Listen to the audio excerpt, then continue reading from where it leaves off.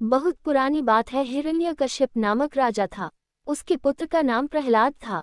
प्रहलाद भगवान का परम भक्त था, परंतु उसका पिता भगवान को अपना शत्रु मानता था। वह अपने राज्य में किसी को भी ईश्वर का नाम लेने नहीं देता था। हिरण्यकश्यप ने घोर तपस्या से विपुल शक्ति का संग्रह कर देवताओं को कष्ट देना प्रारंभ किया। इंद्रासन पर भी अपना अधिकार कर लिया और आनंद पूर्वक जीवन व्यतीत करने लगा। विष्णु से विशेष द्वेष थी। संभवतः इसी प्रतिक्रिया स्वरूप उसके पुत्र प्रहलाद में भक्ति की भावना जागृत हुई। एक बार हिरण्यकश्यप जब अपने पुत्र की शिक्षा के संबंध में जानने के लिए उसके गुरु के पास गया, तब उस अपने पुत्र की भक्ति भावना का ज्ञान हुआ। उसने अपने पुत्र को ईश्वर का नाम लेने से मना किया, परंतु प्रहलाद को ईश्वर भजन से न रोक सका।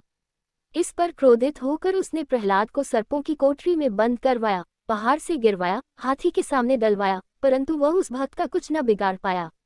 अंत में उसने आदेश दिया कि मेरी बहन होलिका को बुलाओ और उससे कहो कि वह प्रहलाद को अग्नि में लेकर बैठ जाए, जिससे प्रहलाद जलकर मर जाएगा। होलिका को ऐसा वरदान मिला हुआ था कि अग्नि उसको जला नहीं सकती।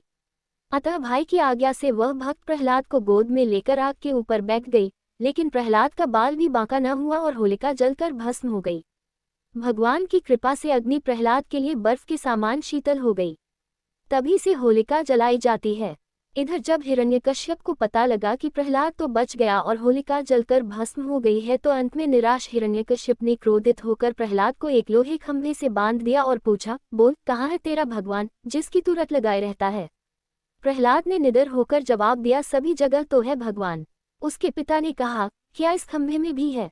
यदि है तो मैं अभी तलवार से तुम्हारे 2 टुकड़े करता हूँ, देखूं वह तुम्हें कैसे बचाता है।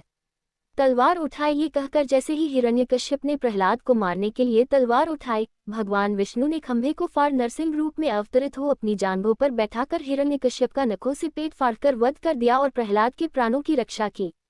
वीडियो पसंद आए तो लाइक और सब्सक्राइब करना ना भूलें।